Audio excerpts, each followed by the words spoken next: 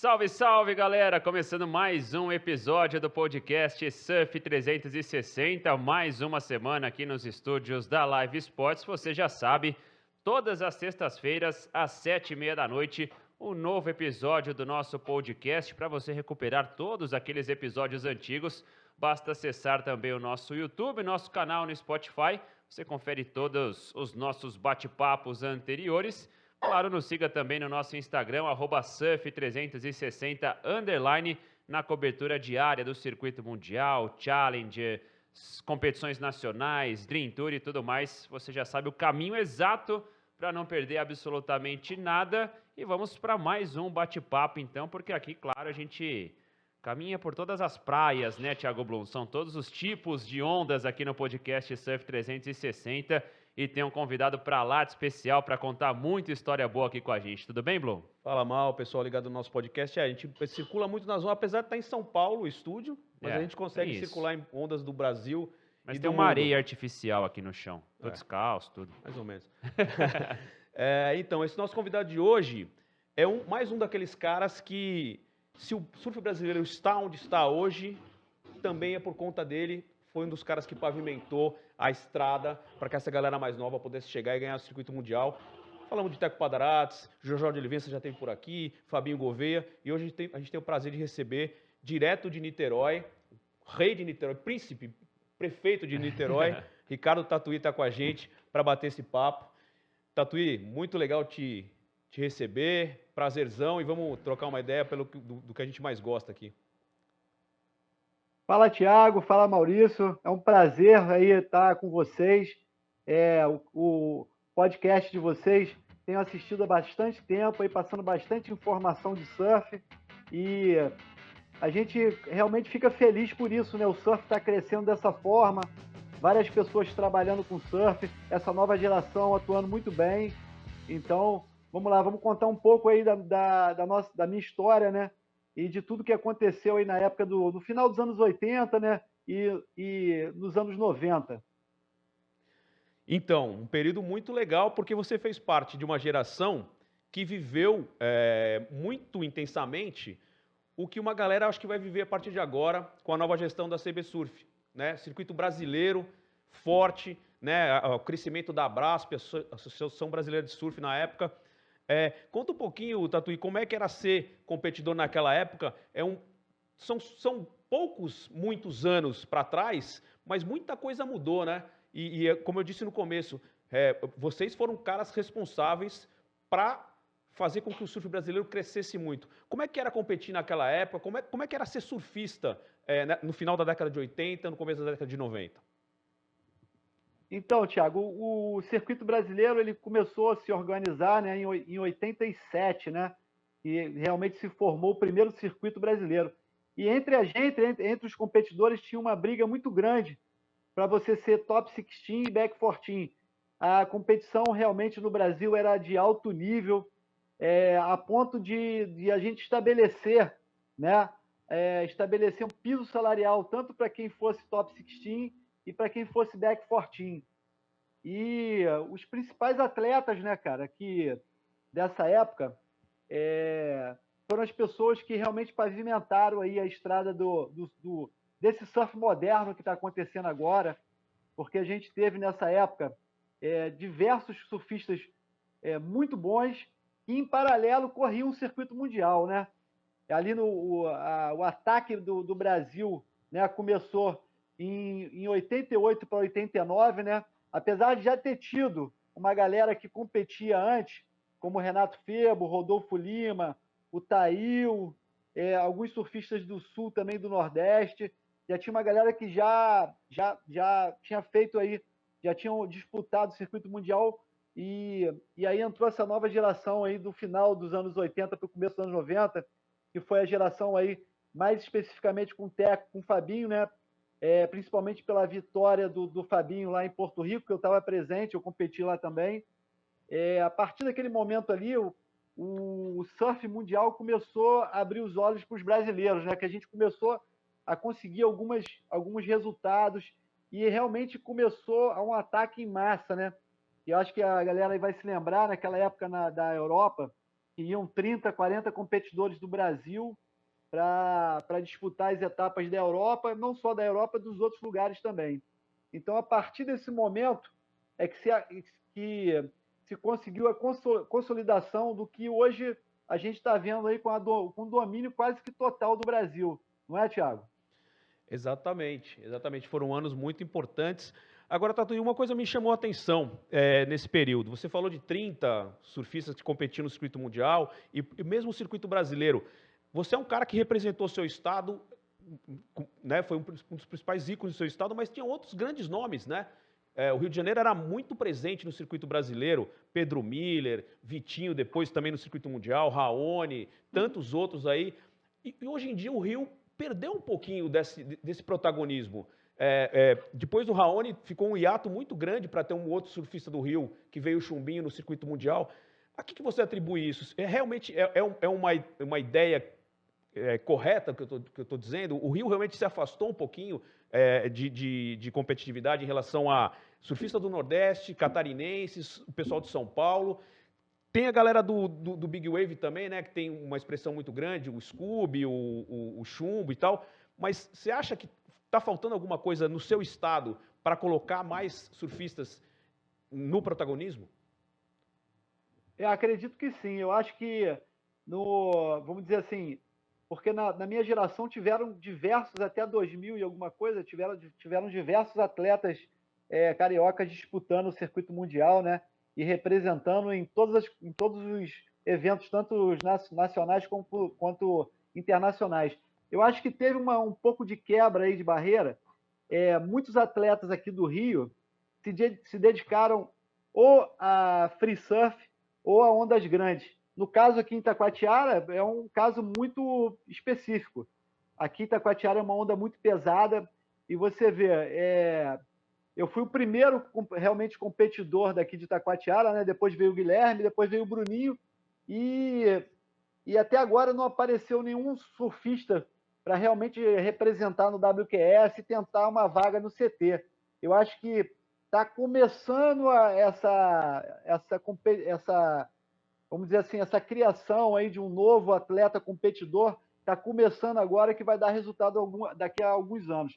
Mas ficou muito tempo parado. Você vê atletas como, por exemplo, o Scooby, como o próprio o Chumbo, né? Eles se dedicaram às ondas grandes, a free surf. Eu acho que existe uma história entre os surfistas, e quando você mora numa cidade muito grande, cara, e você está perto da onde por exemplo, aqui tem o OFF, tem diversos canais, então as pessoas se dedicaram muito mais ao free surf, a produzir conteúdo, a desafio de ondas grandes, e deixaram a competição um pouco de lado. Isso começou a mudar, principalmente com a entrada do Chumbinho, agora no CT. Vocês viram que ele bateu na porta aí uns 2 anos, né? Para trás, ou 3 anos. Sim. Agora realmente ele se consolidou, e o Chumbinho é o nosso grande exemplo e o nosso grande representante, que vai atrair novos competidores que já estão se formando.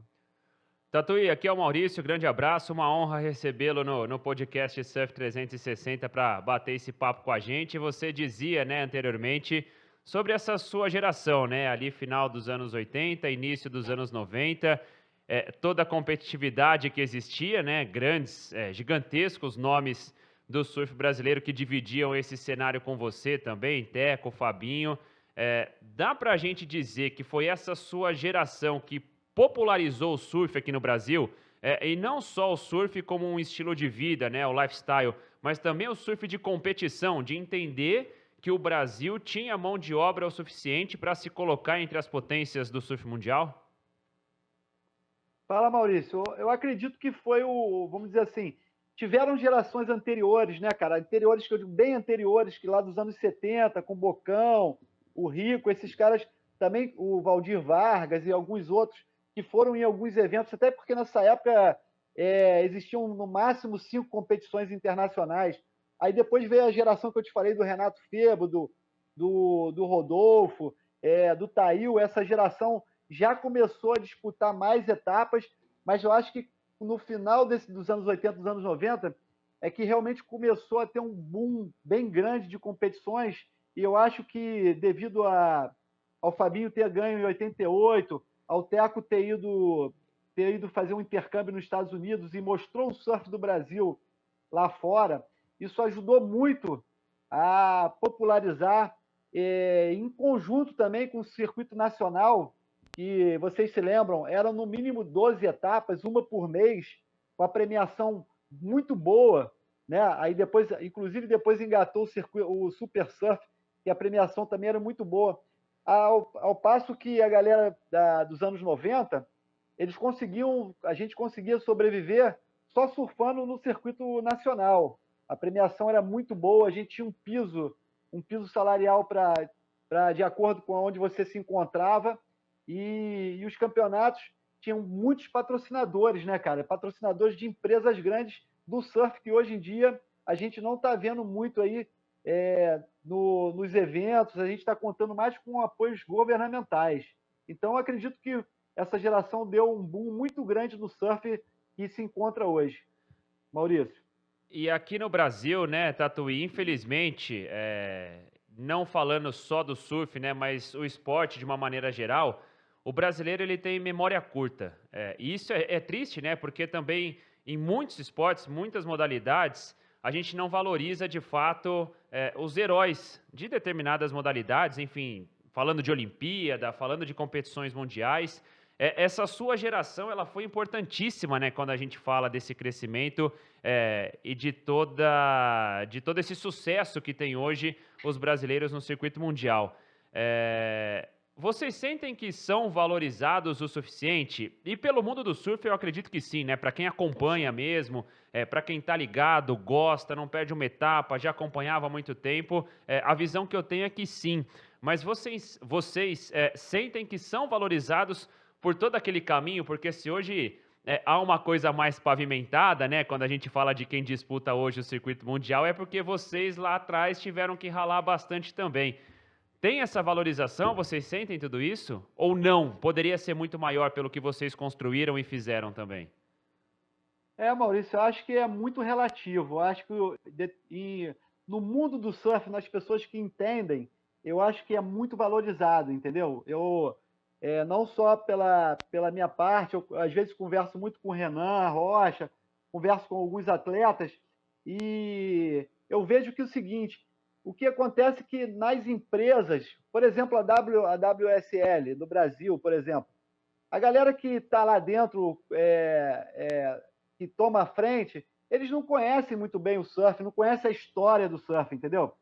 Por exemplo, os caras fazem um campeonato aqui em Saquarema e eles querem vender ingressos para as pessoas entrarem na área VIP, coisa e tal. Eu, por exemplo, eu já tendo vencido uma etapa, tendo feito tudo que eu fiz, nunca recebi nenhum convite para estar lá junto com eles. E não é só o meu caso, é de todos os atletas da minha geração, entendeu? Por exemplo, o Teco não, o Teco é presidente da CB Surf, ele é amigo dos organizadores, ele volta e meia, ele vai estar lá. O Fabinho é a mesma coisa, mas eu vejo que a WSL não valoriza a história, e isso é muito triste para a galera da nossa geração, porque a gente vê os outros esportes, o que realmente fortalece e realmente crava pilares no surf é você ter a história na ponta da língua e você contar com o apoio dessa galera. Eu, infelizmente, vejo que isso não existe, principalmente na WSL. A CB Surf agora não, né? A partir do que o Teco assumiu, a gente está formando um circuito master brasileiro e a gente está trazendo toda essa galera, revivendo todas essas histórias, e a galera está sendo valorizada com premiação, com eventos, mas por parte do circuito mundial, realmente, essa parte fica muito a desejar, fica realmente triste. Conta um pouquinho mais, você está fazendo parte do projeto, né, do Circuito Master. Essa semana mesmo você teve uma reunião em Búzios com o pessoal da prefeitura. Fala um pouquinho desse circuito, Tatuí, como é que tem rolado e o que vem pela frente por aí. Então, a partir do ano passado que essa nova gestão assumiu, nós tivemos 2 eventos, né? Um aqui em Itacoatiara e outro em Búzios, né? Eu tô me dedicando aí a ajudá-los e não estou competindo, porque eu acho que eu acho que já surfei muito, entendeu? Então, eu acho que agora eu tenho que passar um pouco, ajudar um pouco nessa formação aí, de realmente consolidar um circuito nacional master. A gente tem diversos atletas, né, que fizeram essa história bonita como ela foi, e esse ano a gente já está agora no dia 25 ao 27 agora do mês de agosto, a gente vai ter uma etapa em Sergipe, e que já tá certa, as inscrições já estão abertas. A gente tá tentando fazer essa em Búzios, tá? Que vai ser a segunda etapa. Essa etapa de Búzios vai ser em outubro, e a gente vai ter uma outra etapa em dezembro, que vai ser em Paracuru, no Nordeste. A gente está tentando aí realmente trazer, né, trazer os masters, porque não é só a competição, é toda essa celebração de tudo que todas as pessoas ali, né, têm um papel importante, né? Independente do cara ter ganho o campeonato como o Fabinho, como o Teco, como eu, todos os Masters que fizeram aí, que participaram do circuito, têm um papel importante e é uma forma de celebração e competição também, ô Maurício e Thiago.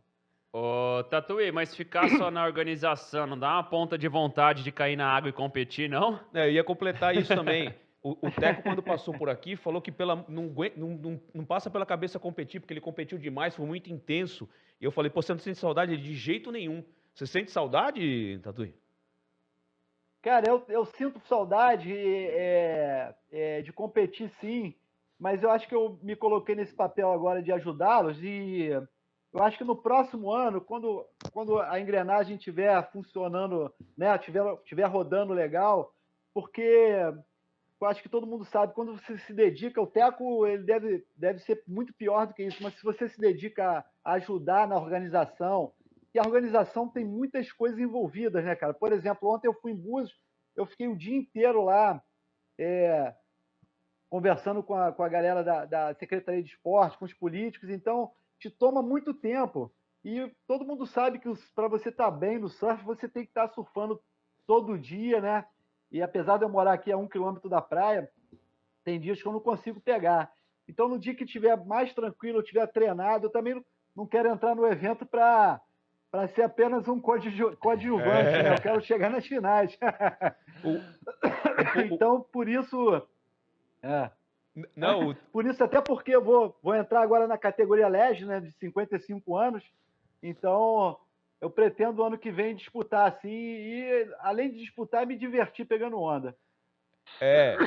Desculpa aí. Você falou da organização, de ajudar, não sei, mas aquele tesão de ganhar ainda continua, né? A competitividade Sinto não vontade, larga nunca. com certeza. Eu acho que além do lance da competição, uma coisa que eu tenho muito, cara, eu sempre tento fazer pelo menos uma viagem internacional por ano, que eu adoro, cara, ficar uma semana só surfando, né, pegando onda, se divertindo com os amigos. De vez em quando eu levo uma galera, e a última viagem que eu fiz foi para o México, altas ondas, água quente, você se diverte, você toma cerveja com seus amigos, entendeu? Você fica à vontade. Eu acho que o surf mesmo é isso, independente da competição ou de uma viagem, esse lance de confraternização entre os amigos, entre as pessoas que fazem a mesma coisa que você, né, que são os seus, né? É muito legal isso. Quem que era seu grande parceiro, assim, na época de que você vivia mais as viagens? Você disse que viaja uma vez por mês, uma vez por ano? Uma vez por ano. Uma vez por ano, desculpa. Mas você viajava muito, quem que era aquele seu parceiro?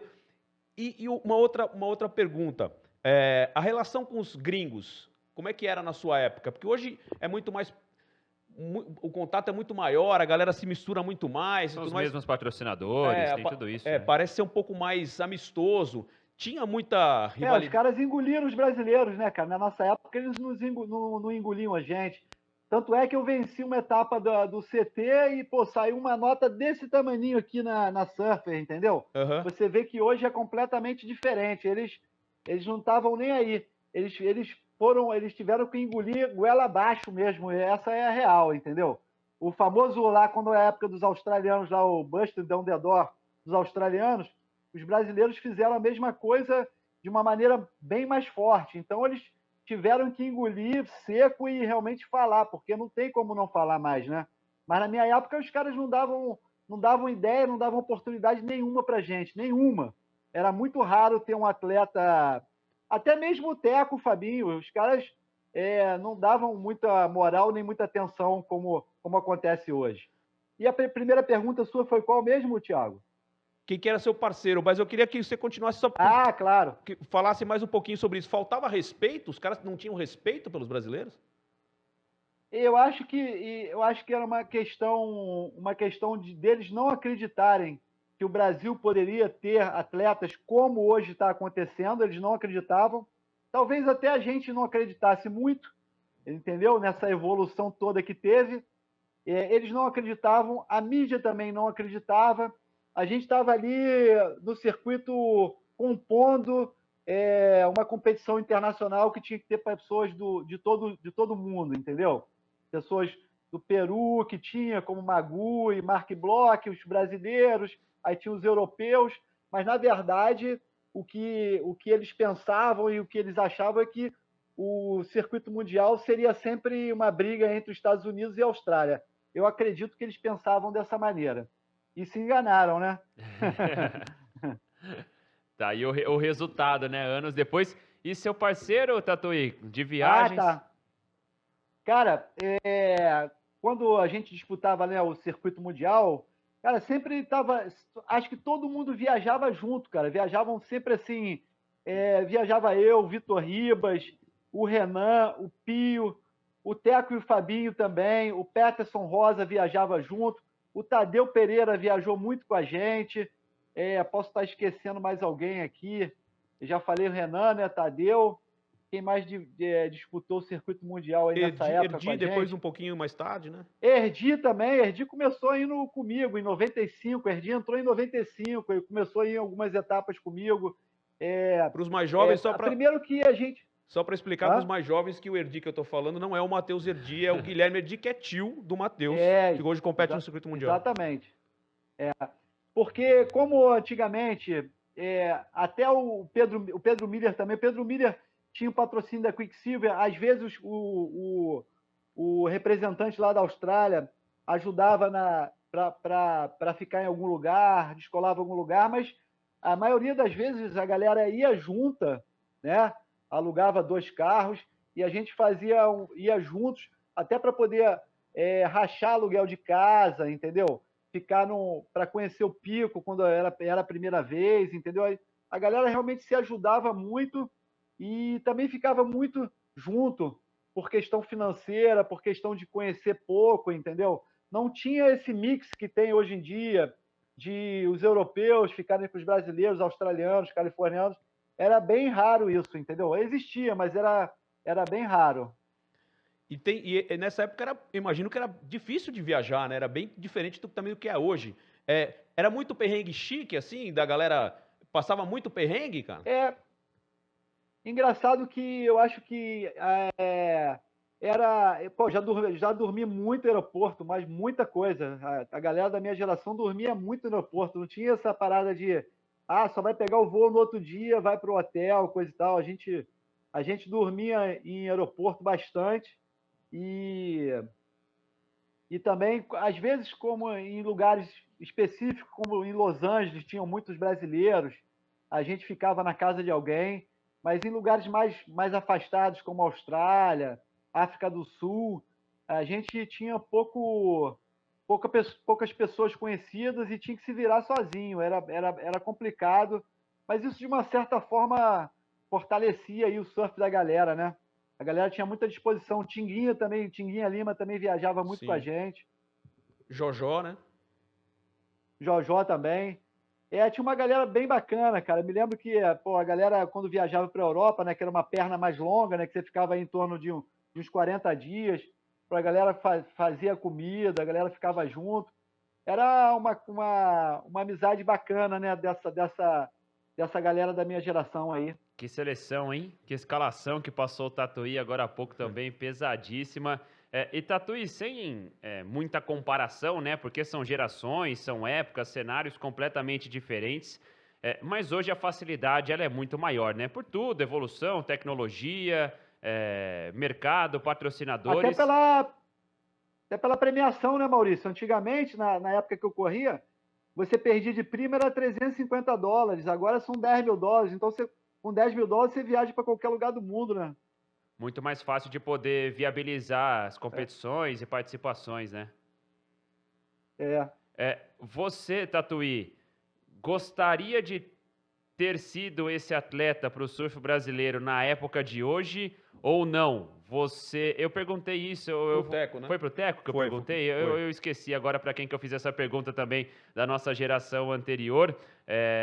Ou não? Você é grato por ter vivido naquela época mesmo, dessa onde vocês tinham essa união, iam para o aeroporto, dormiam juntos e não tem nada, não tem tempo ruim, não tem crise. Gostaria de ter vivido essa época hoje de mais facilidade ou não? Essa época dos perrengues, uma geração raiz lá atrás, te deixa feliz por tudo que você viveu e passou no surf brasileiro e mundial? Eu acho, Maurício, eu acho que cada época tem a sua pertinência, né? Eu acho que foi importante, né, para a gente, até como pessoa, né? Eu acho que no meu caso e dos outros atletas também, foi importante ter vivido dessa forma. Eu acho que isso que está acontecendo agora é uma coisa muito recente, entendeu? E você vê que tem atletas, né? Como tem alguns atletas que não têm patrocínio, ainda estão de bico branco. Então precisa realmente, hoje em dia, tipo, tirando Medina, Ítalo e Filipinho, talvez os outros atletas não tenham tanto apoio quanto esses atletas têm. Então, é muito difícil de mensurar, entendeu? Lógico que você, tendo todo o apoio possível, né, das empresas, da mídia e etc., é importante. Mas eu acho que é super importante ter passado pelo que a gente passou, né, esses venenos. Cara, eu já dormi muitas vezes. Sabe como é que era o esquema? Eu, tipo assim, ia para o Havaí ou ia para algum lugar que passava pelos Estados Unidos ali, tinha que fazer conexão, já descia do avião, já pegava um travesseiro e um cobertor, já botava na mochila. Sabia que ia ficar um tempo ali esperando, e aí já ficava perto do gate, onde que eu ia embarcar, já dormia, dava uma dormida, ficava por ali mesmo. É importante você viver isso para você crescer. Mas, como atleta, hoje em dia, isso não faz mais parte, né, cara? Isso que a gente passou não faz mais parte do circuito.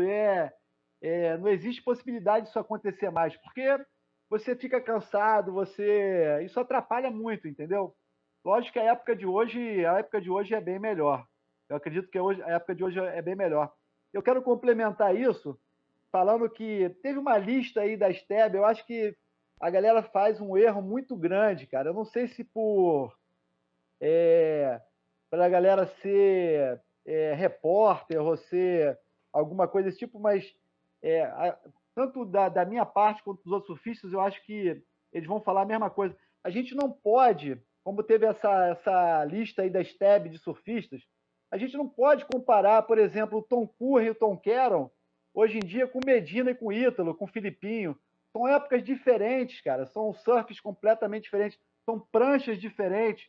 Então, é muito difícil comparar uma época com outra. Eu acho que o que está acontecendo agora realmente deveria acontecer, está na época, e é bom que as pessoas se toquem.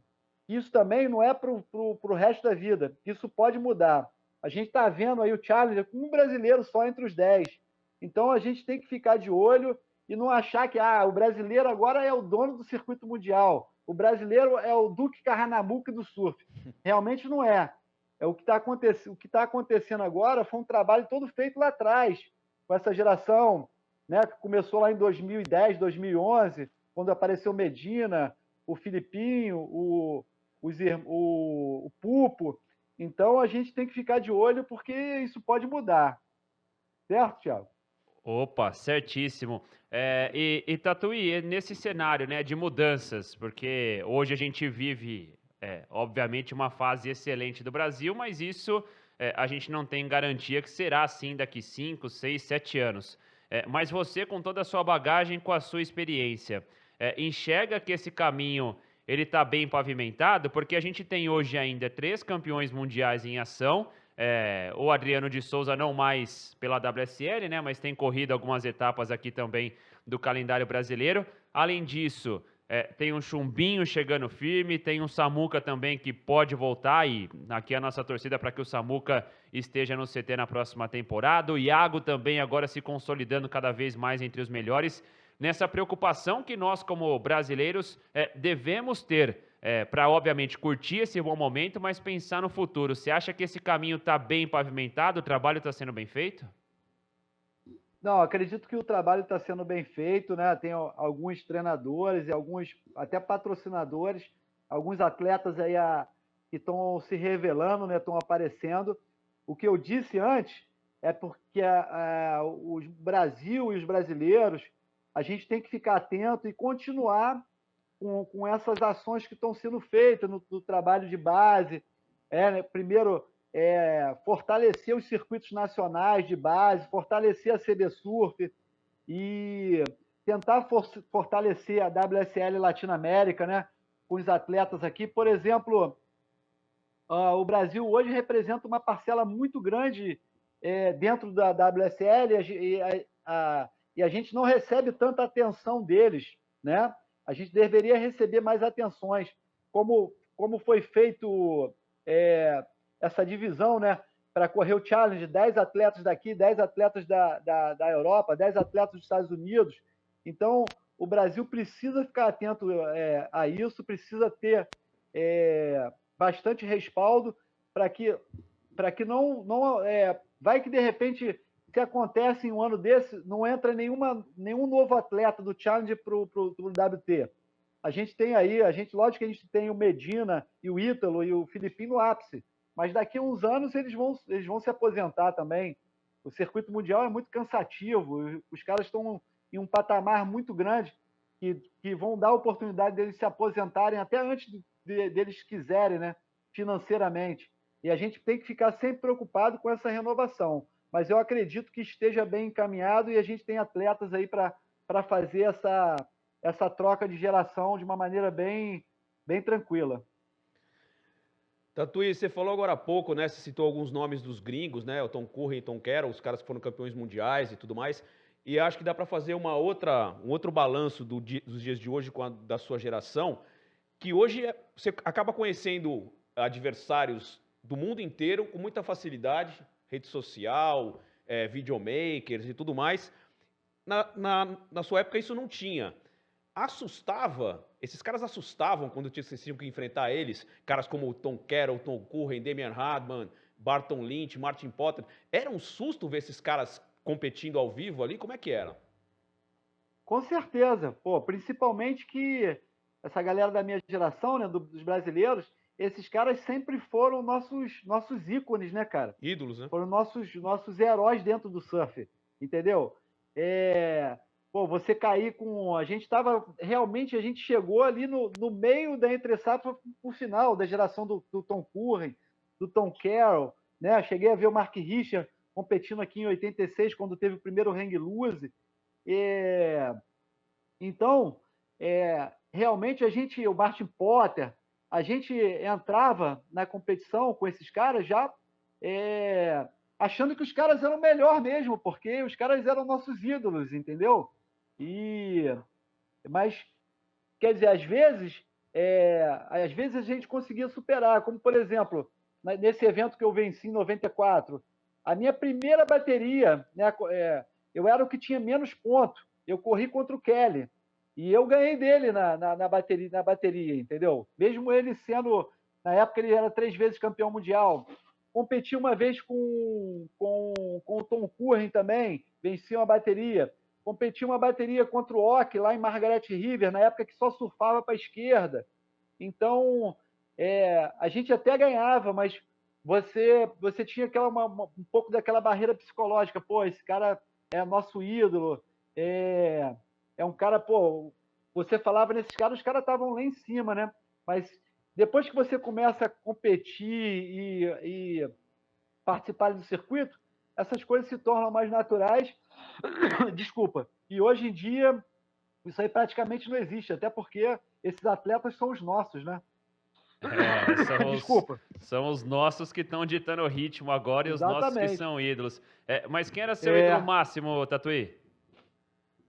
Eu acho que o meu ídolo máximo era o Tom Curren e o Ock, os dois, estilo, fluidez, radicalidade, postura, os dois, na minha opinião, foram assim os meus maiores ídolos, né, internacionais. E nacionais eu posso colocar aí como Picuruta e o Cauli, esses dois atletas, o Cauli Rodrigues, né, aqui do Rio de Janeiro, eu acho que, na minha opinião, foi o maior grande competidor ali da época dele, né? Competidor, né? Não estou falando só de surf, mas de competidor. E o Picuruta também, né? Um do Rio, outro de São Paulo. Esses dois, nessa época aí dos anos 80, foram os maiores ídolos assim que eu acho que eu tive. E o Pepe Lopes também, Pepe. PP que ganhou o IMEA 5000 em 76, se não me engano, né? Não é isso? PP foi o primeiro, né, cara? Eu acho que vocês devem ter recebido essa lista aí com todos os atletas que venceram o CT. PP foi o primeiro em 76. Em 77 foi o Daniel Friedman. Exato. Aí depois teve uma distância muito grande, né? Que aí foi o Fabinho que venceu em 89, né? Se eu não me engano, né? 89 ou 90. O Fabinho aí ganhou... depois o Teco ganhou... o Fabinho ganhou no Guarujá uma etapa, depois ele ganhou uma em Rally Eve, eu não lembro exatamente os anos agora, foge a data. Foi CT, né? Eu tô falando de CT. Sim. Aí depois o Teco ganhou uma etapa, que foi uma etapa anterior à minha, em 94, né? Sim. Mas eu acho que o Teco ganhou uma etapa antes no Rio, que foi o Alternativa em 90. Uhum. E aí depois eu fui o quinto brasileiro a ganhar, que foi em 94. Então, nessa época aí tinham distâncias muito longas, né? Não é como hoje, que a gente viu o Iago acabou de ganhar em Saquarema, né? Mas no começo do ano tivemos também vitórias brasileiras, uma atrás da outra. Exato. Isso é super legal de ver.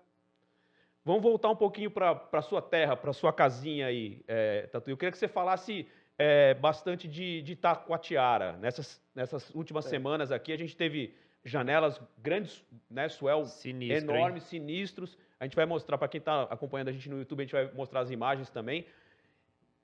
Muita gente está falando que Itacoatiara é a Nazaré brasileira, mas Itacoatiara tem uma fama muito anterior à Nazaré, né? Itacoatiara, a gente está querendo considerá-la como a capital das ondas grandes, né, do Brasil. Não é só pelo tamanho da onda, é pelo power, né? Itacoatiara é um porto escondido, mais ou menos, né? Aquela onda cavernosa que tem no México. E não é qualquer um, cara, que consegue surfar bem nesse tipo de onda. A onda é muito pesada, bem pesada mesmo. No caso dessa parceria aí, aliás, desculpa, o Itacoatiara, ela está fazendo, através da prefeitura aqui, uma parceria com Nazaré, para ser cidades parceiras, entendeu? Legal. Tanto no surf, quanto na gastronomia e em outros eventos também comerciais que eles estão fazendo. Mas é importante, Thiago e Maurício, que a galera saiba, eu comecei a surfar, a minha essência, aonde eu realmente aprendi a surfar, foi na Itapuca, que é um pico de direita que tem aqui dentro da Baía de Guanabara, uma direita longa que tem aqui. Logo no começo, eu fui para Itacoatiara, comecei a surfar ondas bem tubulares, ondas maiores, né? E só que a minha origem mesmo é da Itapuca, eu sou itapuqueiro, né? Aprendi a surfar dentro da Baía de Guanabara. Mas Itacoatiara está se revelando. Essa sessão que vocês estão vendo aí já é a segunda sessão. A primeira sessão aconteceu em julho. Já tiveram duas ou três eventos desses de ondas grandes aqui em Itacoatiara, né? Organizado aí pelo Alexei. E está sendo muito bem visto aí pelos principais atletas, né? Tem gente vindo até de fora, né? Nós tivemos aqui um peruano e um chileno, e o Lucas Chumbo, o Scooby, né? O William Santana, o Gabriel Sampaio daqui, muitos atletas, Daniel Rodrigues, Ian Vaz, os atletas estão prestigiando porque além de ser uma onda bonita de se surfar, ela é muito perto da areia e fica um visual incrível, né, cara? E a premiação do Itacoatiara Big Wave está sendo uma premiação bem legal. Então, eu acho que esse evento só tem a crescer. E nas imagens que a gente acompanha, né, para quem está acompanhando também através das imagens, a grossura do lip, né, é algo É poderosíssimo. sinistro, sinistro. É sinistra mesmo, a onda é sinistra. Em dias assim, tem Ricardo Tatuí na água? Hoje em dia eu não tomo, até porque esse evento aí foi de tow-in, né? Eu não entrei muito nesse tipo de modalidade ainda não. Mas eu ainda consigo surfar umas ondas aí, né? 2 metros, 2,5 metros. Agora, essas ondas aí estavam acima de 3 a 4 metros, só com auxílio de jet ski. É uma onda muito difícil de você remar e conseguir dropar uma onda dessa. Mas eu ainda consigo pegar umas ondas maiores, mas não tão grandes, né? Quanto essas aí. Quem sabe no futuro aí, com o apoio da galera do Big Surf, eu consiga pegar umas ondas. Mas sempre surfei, ó, a galera daqui de Niterói surfou ondas até um pouco desse tamanho aí, até às vezes até um pouco maiores na remada, durante várias vezes sem ter filmagem, sem ter nada.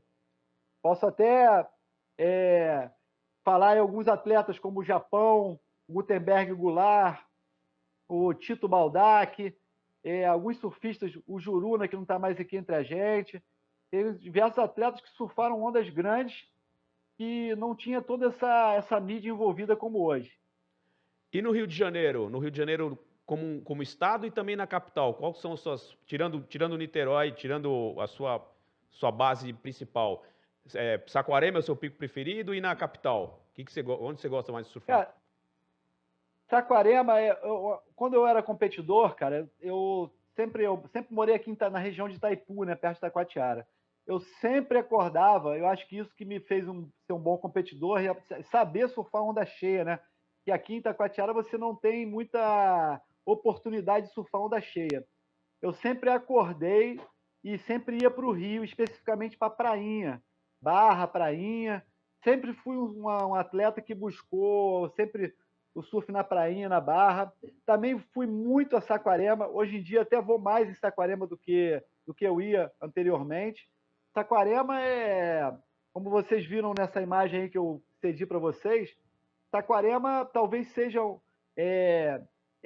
esteja entre as 5 melhores ondas do Brasil, assim, disparado, porque é uma onda longa, é uma onda tubular, é uma onda que possibilita manobras, então ela vai para a esquerda, vai para a direita, é uma onda muito boa e está aqui a, sei lá, 60 quilômetros aqui da minha casa, muito boa. Tatuí, é legal ouvir você falando e contando as histórias antigas, né? Porque a gente percebe o saudosismo e eu acho que isso é muito importante para a gente valorizar cada vez mais a sua geração, né? Tudo que vocês fizeram. Nesse cenário também, né? De você estar hoje envolvido na organização das competições de Masters. Claro, né? Além de toda a questão de você trazer essa galera de volta, criar a possibilidade de uma competição, um aspecto financeiro, você ceder uma premiação, mas o quanto te deixa também honrado, feliz, né? E o lado de poder reunir essa galera de novo, né? Porque se eu imagino se a gente aqui já está nessa resenha toda e você contando essas histórias, eu posso imaginar o que não tem de resenha quando vocês organizam as competições de Masters, né? O quanto isso também é legal para você, né? Te preenche também poder reunir essa galera toda. Maurício, é muito legal. E outra coisa, eu também participei aqui do Itacoatiara Big Wave, eu fiquei na transmissão ao vivo, eu também ajudo lá na organização do evento. E esse campeonato dos LEDs, né, da categoria Master, como eu te falei, uma competição muito maneira, que é um grande reencontro, né, cara? Muito daquelas pessoas que estão ali, né, daqueles atletas, foram os que viajaram junto. Anteriormente no Brasil, a galera ia para Ubatuba, ficava na casa da galera, aqui no Rio. Então, é uma forma de reviver isso, cara, de uma maneira bem legal. Aí eu volto do que eu falei da WSL. A gente vê o campeonato acontecendo lá em Bells, os caras fazem uma bateria com Tom Curren do Ock. Por que em Saquarema eles não chamam o Teco e o Fabinho para fazer uma bateria, né? Ou então chamam 4, chamam Petros, me chamam. eu acho que isso não pode deixar de ser, isso não pode ser esquecido, entendeu? Porque esses atletas que possibilitaram que um CEO, né, um CEO que está lá na WSL está na posição que ele está agora, organizando o campeonato, fazendo parceria com a prefeitura, entendeu? Então, essa categoria, esses atletas e essa categoria não pode ser esquecido de maneira nenhuma. Tem que ser valorizado, tem que ser apoiado. Eu me sinto super orgulhoso, né, de ir num evento como esse e encontrar todos esses atletas, como eu te falei, não só os que venceram, mas os que fizeram parte, né, de toda essa trajetória. É super interessante e super importante para o mundo do surf. Ricardo Tatuí, nosso convidado do episódio dessa semana do podcast Surf 360.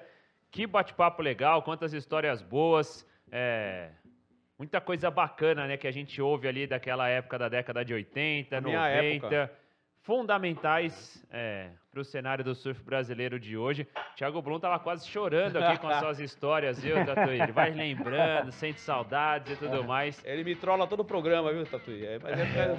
Eu sou velho. Ô, Maurício, pô, tu vê como é que a nossa geração, a gente chegou a competir na Venezuela, cara. Teve um WQS na Venezuela, eu fiquei em segundo, o Tinguinha ficou em quarto, cara. O Munga Berry ganhou o evento. Mas tu vê, hoje em dia, pô, a gente não pode nem mais pisar na Venezuela, né? Venezuela tá fora de cogitação hoje, né? Quando a gente fala das melhores ondas do mundo. Tatuí, cara, legal demais. Foi um prazer recebê-lo aqui no podcast Surf 360. É sempre uma honra muito grande. Portas abertas aqui pra gente bater esse papo legal. Valeu, Maurício. Valeu, Thiago. Pô, quero agradecer muito a vocês essa oportunidade de estar aqui. E também desejar aí para os nossos atletas, né, para o Felipe, para o Gabriel Medina, para o Iago, para o João Chianca, e para que eles consigam se classificar entre os 5 primeiros. Uma boa sorte a todos e vamos torcer para que o surf realmente sempre cresça dessa maneira tão legal que a gente espera, né? O surf te dá uma qualidade de vida imensa, não só para quem é atleta, competidor, mas quem é praticante também. Um grande aloha para todos. Boa! Aloha, então, Ricardo Tatuí, batendo esse papo com a gente aqui no episódio dessa semana do podcast Surf 360. Voltamos, então, na próxima semana. E aí falando muito sobre, claro, etapa de Terrupo, como ficou a definição para o Finals no mês de setembro. Aí o bicho vai pegar para valer, a gente vai projetar tudo isso também aqui ao longo das próximas semanas nos episódios do podcast Surf 360. Se inscreva em nosso canal no YouTube, também no Spotify, já ative o sininho aí para receber todas as nossas notificações. Também no nosso canal e no nosso perfil no Instagram, @surf360_. E mais uma vez agradecendo a galera aqui, ó, da Board House Brasil com essas pranchas nos nossos estúdios aqui da Live Sports. Então voltamos na próxima semana, com certeza, sexta-feira, às 7h30 da noite. Valeu, galera. Aloha, até a próxima. Valeu.